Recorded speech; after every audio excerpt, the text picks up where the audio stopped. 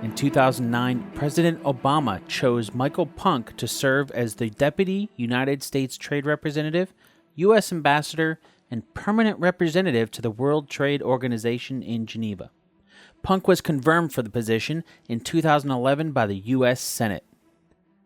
As a high-ranking federal employee, Punk isn't allowed to publicize his side projects. However, that didn't stop Hollywood from turning his first novel, which was published in 2002, into an Academy Award-winning masterpiece. Within a month of the release, The Revenant almost doubled the $135 million it cost to make, on its way to an amazing 3 wins at the 2016 Academy Awards.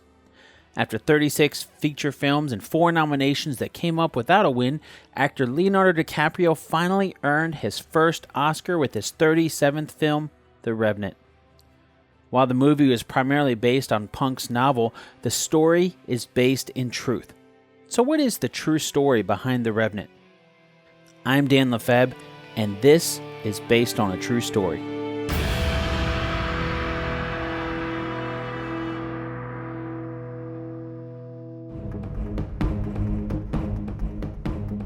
Both Punk's novel and Hollywood's blockbuster movie The Revenant are based on the story of a man named Hugh Glass.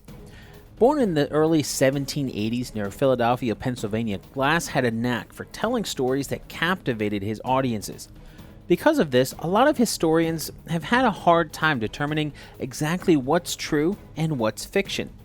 While the oral history of Glass's tales can't always be taken at face value, most of the ones we know today have been verified by historians who use documents written by others who have mentioned Glass in their own writings. Much of the early life of Hugh Glass isn't really known. In fact, we don't really know much until his early 40s, when he shows up in the memoirs of a trapper from New Mexico named George C. Yount. Yount recalled meeting and befriending Glass, and right away, Yount is captivated by Glass's stories. We can tell this because Yount spent the time to recount some of Glass's stories in his own memoirs. According to Yount, Glass's first story came from 10 years before the two met. So, just to put this in perspective, the only documentation we have of this is in Yount's memoirs, retelling a story that Glass had told him that happened 10 years prior. So we're relying on someone writing down what someone else remembers happening a decade before. As you can imagine, this means taking the story with a little grain of salt. Still, it's easy to see why Yount was fascinated by his stories. According to Glass, he was a sailor around 1817 when the famous French pirate Jean Lafitte seized his ship. As was often the case, he was given a simple choice: join Lafitte's band of pirates or die. Glass, who really wasn't fond of dying, decided not to do that this time and agreed to join the pirates.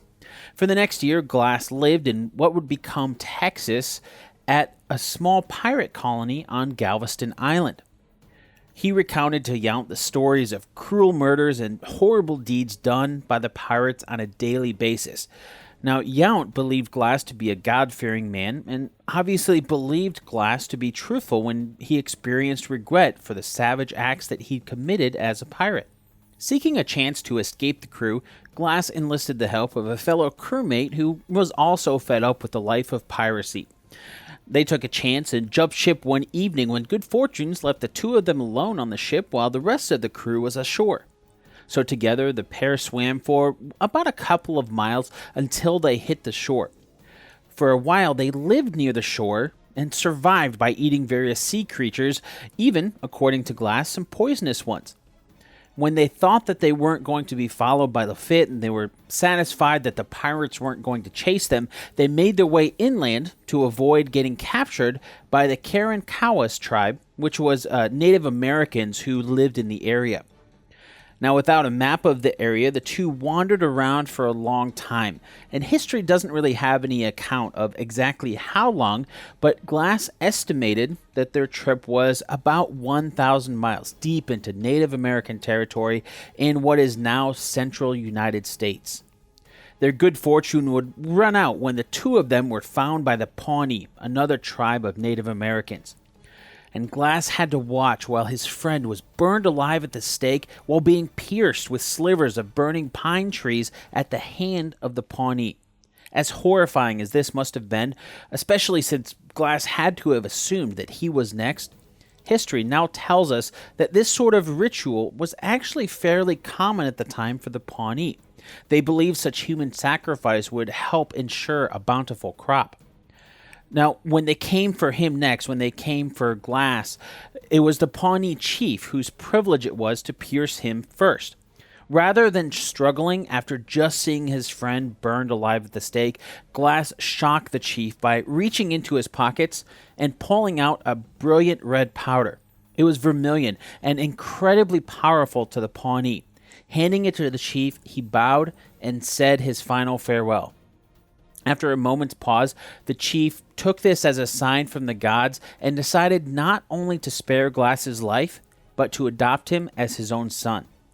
He lived with the Pawnee for the next couple of years, and while he did have a wife, unlike in Hollywood's version of the story, there's no proof that Glass had any children during his time with the Pawnee.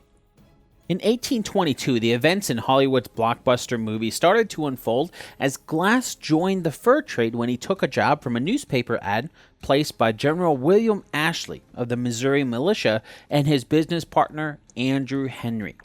Together, they founded the Rocky Mountain Fur Company in St. Louis, Missouri, and they were looking for 100 men.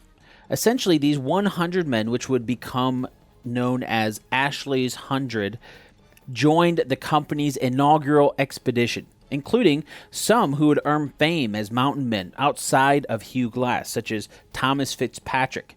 Not to be confused with Tom Hardy's character in the movie, John Fitzgerald. That's a different person. Some others who would go on to earn fame, Jim Bridger, Jedediah Smith, the latter of whom would eventually buy Ashley's fur trading company from him. For this expedition, though, it was one that would ensure people for all time would remember the name Hugh Glass.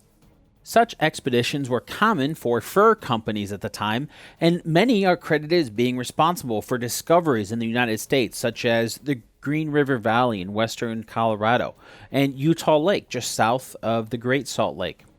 The purpose of this expedition, though, was to travel to the source of the Missouri River and work trapping animals for their fur for up to 3 years. As the expedition made their way along the Missouri River, they encountered the Arikara tribe. This is a Native American tribe who had farms in Missouri. Now, the Arikara tribe had earned a reputation at the time as being a rather unpredictable group. They'd often use their knowledge of the land to bully, rob, or even murder traders as they passed by. On May 30th, 1823, Ashley went into the Arikara tribe village in order to start negotiations in hopes that they could work peacefully in their lands. But he also needed horses, as they had lost many of theirs on the trek so far. Unfortunately, the Arikara tribe weren't really in a good mood. Another trading company had apparently passed by recently and had a skirmish with the tribe, leaving many of their warriors dead.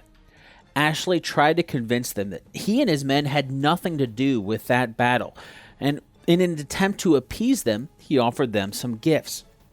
Now, most historians think that while Ashley offered the gifts as a way of appeasing them, in turn, the Arikara saw this as Ashley actually acknowledging responsibility for the deaths of their warriors and offering the gifts as payments for the lost warriors.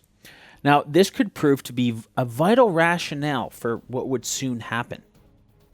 When the trade discussions turned to the horses that the expedition needed, the smooth-talking Ashley managed to make a pretty good deal. He had traded 25 muskets and ammunition for 19 horses. Now, Ashley left the village in good spirits as he had gotten exactly what he hoped for. Or so he thought. Rather than continuing on and confident that he had nothing to fear from the Arikara tribe, Ashley and his men decided to stay put to wait out a storm that had just started to brew. A couple of days later, on June 1st, all hell broke loose. The violence started early when some Arikara warriors tried to kill Ashley while he was sleeping on his boat in the Missouri River. Now, he managed to scare them off, but his attention quickly shifted when screams came from the beach. On shore, as it turns out, the Arikara had caught 2 of Ashley's men who were trying to sneak into the tribe's village and meet some of the women there. Now, only one of the men, a man named Edward Rose, managed to make it back to tell the tale. First blood had been shed, so one of the 2 had been killed. And it was still dark when a single Arikara man called out to Ashley's men who were camped on the beach. Cautiously, the lone warrior approached the men. Now, he offered to return the body of the man who had been killed in the village, who was a man named Aaron Stevens. In return, he wanted a single horse. After some discussion and debate, Ashley and his men agreed to this deal. The Arikara men left and returned sometime later without the body, explaining that it was too badly mangled. There really wasn't enough left of the body to return. The Arikara warrior left, and an upset Ashley stood there on the beach with his men and a horse. As the sun rose, Ashley and his men were still pondering their next move when the first musket balls hit. Chaos ensued as the Arikara warriors mercilessly slaughtered Ashley's men who were out in the open on the beach from their hiding places just off the beach. They were using the same muskets that Ashley had traded to them just days before. It was over almost as quickly as it had begun, the entire firefight lasting only about 15 minutes.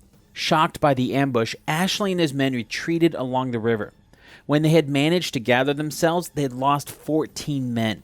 Now, 6 more are presumed dead on the Arikara's side, and then on top of that, 11 of Ashley's men were wounded, a fate that was almost as bad as death, considering that they're in the middle of what is now a hostile territory without any medical aid nearby. After the massacre on the beach, Ashley didn't feel safe, and he really felt that the only way to ensure his men's safety was to retaliate. But not all of his men agreed. A lot of them left, and they took one of the 2 keelboats that they had back downriver to St. Louis along with the wounded men. Letters were dispatched to everyone that they could think of, key among these being Colonel Henry Leavenworth at Fort Atkinson and the newspapers in St. Louis. One of these letters was written by Hugh Glass himself and was written to the family of one of the fallen men. It offers some insight into what was going through their heads at the time. It reads, and I quote, "Dear Sir, my painful duty it is to tell you of the death of your son, who befell at the hand of the Indians on this 2nd June in the early morning.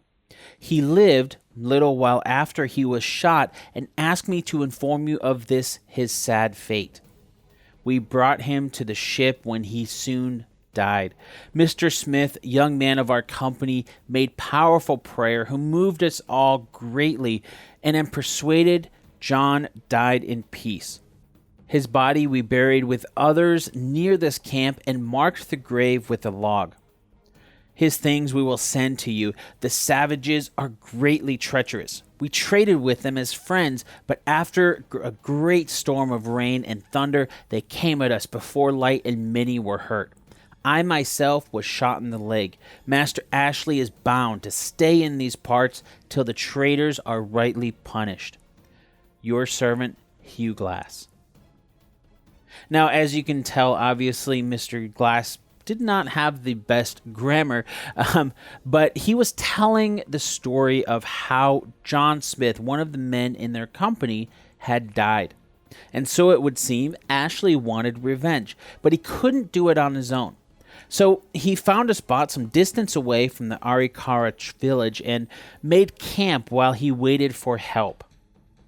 They only had to wait for a couple of months when Colonel Leavenworth showed up with a force of about 900. It was a mixture of volunteers, militia, and Lakota, another Native American tribe. Hugh Glass was still healing from his injuries when he was shot in the leg, so he wasn't there when, on August 8th, Leavenworth and his force laid siege to the Arikara village. After about a day and a half of probing attacks, Leavenworth caused a controversy among his men when he called for a ceasefire and negotiated a peace with the Arikara leadership. You see, the men had wanted to make an example of the Arikaras. No one can kill Americans without punishment. And the Lakota tribe, which made up a majority of the force, they weren't happy either because they wanted glory in battle.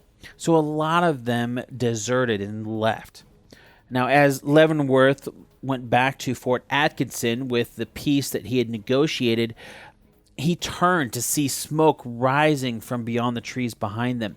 Some of his men had gone against his orders and set fire to the Arikara village. Now, this would play in importantly because it essentially means that the Arikara did not have a home. After this conflict, Ashley thought of cutting their losses. It had proved to be too expensive, and he and his partner, Andrew Henry, were still paying their men, and they hadn't been trapping furs. The group ended up splitting in two, abandoning the Missouri River, and they were determined to head towards the Rocky Mountains. Ashley himself returned to St. Louis to handle some of their creditors, and Jedediah Smith took over for Ashley and led one of the groups. And then Henry took about the other half. It was about 50-50 that they took with the men. Hugh Glass was in Henry's group, about 30 men or so, and then for the next couple of months, Henry, Glass, and their group headed west. Some of these men ended up dropping out of the expedition as they passed various villages, meaning that the number dropped to about 15 by the time that they had reached the Grand River Valley in Colorado. In August of 1823, an event happened that changed Glass's life forever. It eventually would win Leonardo DiCaprio his first Oscar. Glass was the hunter, so he would go off pretty often far ahead of the rest of the group so he could sneak up on animals that he'd kill for food. He didn't want the rest of the group making too much noise and scaring off the animals. Now, it was while he was hunting that Glass happened upon a couple animals he didn't expect. As he made his way through a shallow river to avoid letting animals smell his scent, he came across two bear cubs and their mother. The mother attacked, and after watching Leo get tossed around in Hollywood's version, I think we can all agree that the ensuing screams and noises had to have carried around the wilderness for quite a ways. Hearing his screams, the rest of the group hurried up to the scene where they were surrounded and managed to kill the bear. Remember, the same group had already encountered plenty of wounded men at the hand of the Arikara massacre a few months before.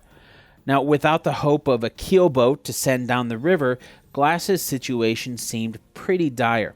Henry and most of the group agreed that Glass would be dead by morning because of the wounds that he had been inflicted from the bear. But he wasn't. With unfriendly Native Americans around, the men certainly didn't want to wait for another Arikara incident or another ambush, so they couldn't really stay in one place for too long. Instead of leaving Glass alone to die, the men built a litter and carried Glass around with them for the next 2 days.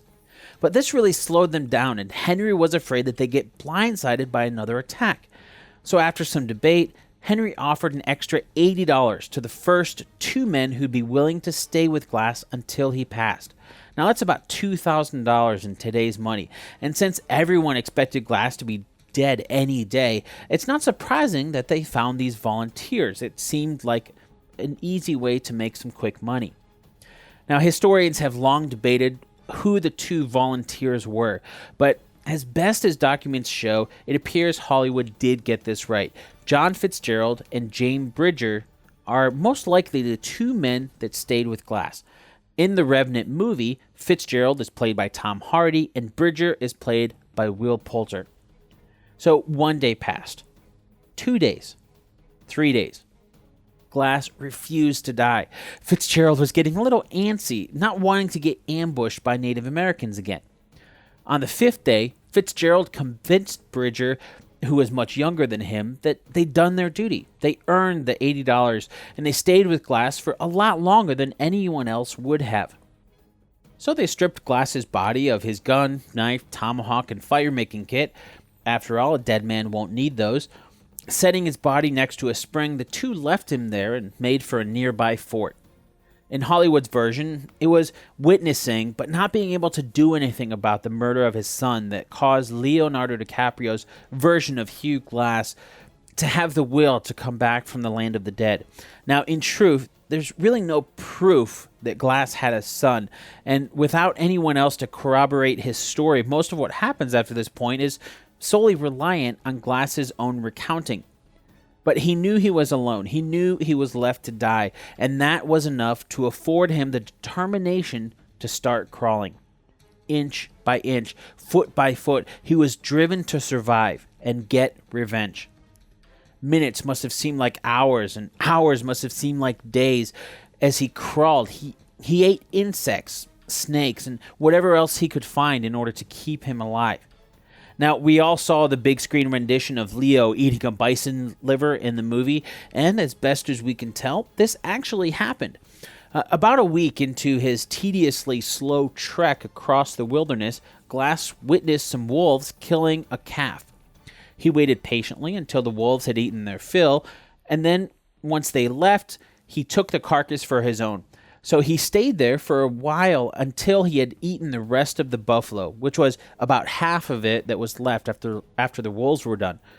And then he used that time and the food to help regain his strength. After this event, he gained some much-needed energy and had some time to recuperate, so he was able to move a little bit faster. Now, soon after this, he reached the Missouri River, where he ran into some Lakota men. Now, if you remember, the Lakota took part in the siege against the Arikara. So they helped Glass by giving him a boat, and he used this boat to float down the river. In all, he had traveled from death's door in early September over 250 miles, and against unbelievable odds. Now, in the middle of October 1823, Hugh Glass shocked everyone when he limped into Fort Kiowa to the southeast of where he was attacked. Glass stayed at Fort Kiowa for only 2 days. He bought a rifle and some ammunition and some other much-needed supplies on credit, which he had earned thanks to his association with Ashley's expedition. And then, after a couple days, he tagged along with a group that were heading back to attack the Arikara, which had continued to disrupt and cause tension with local traders. Now, while Glass didn't really care much for retaliation against the Arikara, he saw this as an opportunity to get to the nearby Fort Henry, and this is where he expected Fitzgerald and Bridger to be. Glass had another stroke of good fortune, so as they were in a boat traveling down the Missouri River, nearing their destination, they came on a large bend. Strong winds made the travel really slow and tedious at this time, so instead of sticking with the group in the boat, he asked to go ashore when they hit the bend, deciding that he would take it on foot from there. Less than a day later, a band of Arikara warriors slaughtered everyone in the boat. Now, later that same day, and unbeknownst to Glass of what had happened to the men in the boat, some Arikara women spotted Glass while they were gathering wood for fire. And they ran back to the village where a group of warriors were dispatched to kill Glass. Fortunately for Glass, a pair from the friendly Mandan tribe noticed the Arikara women raising the alarm and reached Glass first. They escorted him to the safety of the nearby Tilton trading post. Now, within the span of a day, Glass's life had been saved twice, and it was only when he arrived at the trading post that Glass learned of the slaughter at the river that he had just barely escaped. As if he was taunting fate, Glass waited around at the Tilton trading post for a couple of months until the weather got really bad, and towards the end of November, he left Tilton and made the 38-day walk across a frozen wilderness to Fort Henry. When he got there, it was empty. Now, from here, he actually went to the new Fort Henry. No one really knows how he knew where the new fort was located, but by historians' best guess, they figure that somebody must have left a note or some sort of indication that this is where the new fort is when they abandoned the old fort, almost like a forwarding address. Now, the new fort was almost due south by a couple hundred miles. However it happened, what we know is that on December 31st, 1823, Hugh Glass showed up at the new Fort Henry. And everyone was shocked because everyone there was in Henry's group, and they knew that Glass was supposed to have been dead. After answering a barrage of questions, Glass had one of his own. Where are Fitzgerald and Bridger? Now, Fitzgerald wasn't at the fort anymore, but Bridger was, and one can only guess what it was like when Glass and Bridger finally met. After what must have been an intense discussion, Bridger convinced Glass that it was all Fitzgerald's idea. When he went into Fort Henry, I'm sure the former pirate Glass had an idea of what sort of revenge he would wanted to exact on Bridger. But coming out of it, he ended up forgiving the younger of the two men who had abandoned him and left him for dead just a few months before. Glass's journey wasn't over yet, and besides, Fitzgerald still had his gun, and he wanted that and the revenge. One thing that he did get from Bridger, though, was information. Fitzgerald was headed to Fort Atkinson, which was about 1,000 miles to the east in what's now Nebraska. With winter in full swing, such a long trip wouldn't be easy to do, even for someone with Glass's knack for avoiding death. Not tempting fate any more than necessary, he hung out at Fort Henry until, at the end of February, he joined a team that was headed to a military outpost at the Council Bluffs of the Missouri River. Not long into this trip, this group was traveling down the river when they saw some Native Americans camped on the shore. Now, these Native Americans called out in the Pawnee language, inviting the men to come to shore. Since Glass had lived with the Pawnee, the group agreed to come ashore. They left one man in the boat with all the guns and then followed the Pawnee group into their village. Glass, who knew the Pawnee language, overheard the Native Americans talking, and they were speaking a different language. It was Arikara. They had been tricked. Glass warned his fellow travelers, and as soon as they found an opportunity, everyone ran for their lives. And the Arikara pursued them and killed all but 3, Glass being one of the survivors. Unfortunately, though, in the chaos that ensued, Glass was separated from the other 2 survivors, so as far as the other 2 were concerned, there were only 2 survivors. They really unknowingly left Glass behind, but unfortunately, yet again, Glass found himself alone in a hostile wilderness, surrounded by enemies, without a gun, and hundreds of miles away from help. This time, though, Glass still had his knife and fire-making tools, and of course he wasn't injured as severely as he was when he was attacked by the bear, so he took this as a good sign and continued on. He did abandon his old path, though, and decided to head to the closest fort that he knew of, Fort Kiowa, in what's modern-day South Dakota. Now, this was the same place and the same fort that he had staggered into the last year after being left alone last time. Being in much better health than the last time he was on his own, he made much better time. Within a couple months, he made it to Fort Kiowa, where he learned that John Fitzgerald had joined the army and was garrisoned at Fort Atkinson. And so it was in the middle of a hot June day, this is about 10 months after being left for dead in the wilderness, that Hugh Glass arrived at Fort Atkinson. He was there for one reason, and he made it clear. Now, the U.S. Army captain got in the way of Glass's revenge. Since Fitzgerald had joined the army, he was property of the government, and the captain wouldn't let Glass see him, insisting that he first tell the captain why he was so anxious to take out one of his soldiers. Glass's telling of his story must have been quite something to behold, and when he was done laying it all out, the captain didn't budge. He must have believed him, though, because he did give Glass his gun back, but he told Glass to forget any ideas about revenge against Fitzgerald for as long as Fitzgerald was in the army. And so his revenge would have to wait, and wait. Days turned into weeks turned into months, and months into years. All the while, Glass waited for his revenge. And while he waited, Glass did what he did best as a hunter and trapper. Years later, along with a man by the name of Helene Menard and Edward Rose, who was actually the man who escaped the Arikara village earlier in our story, the 3 went on a trapping expedition near Fort Cass, just a few short miles north of Fort Henry, when they were ambushed by a party of Arikara warriors. In the winter of 1833, Hugh Glass died a violent death alongside his 2 fellow trappers at the hand of the Native Americans who had so often failed to bring him down over the years. Shortly after killing Glass, Rose, and Menard, the Arikara party stumbled upon another camp of trappers.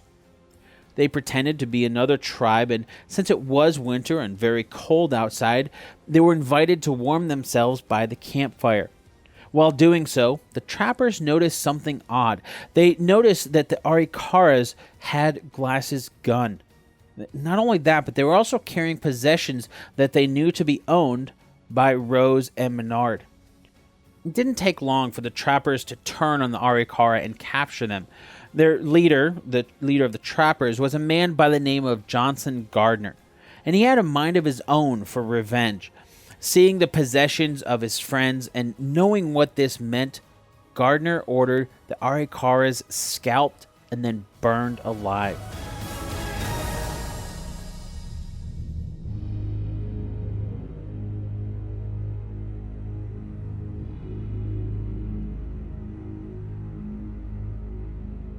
This episode of Based on a True Story was written and produced by me, Dan Lefebvre.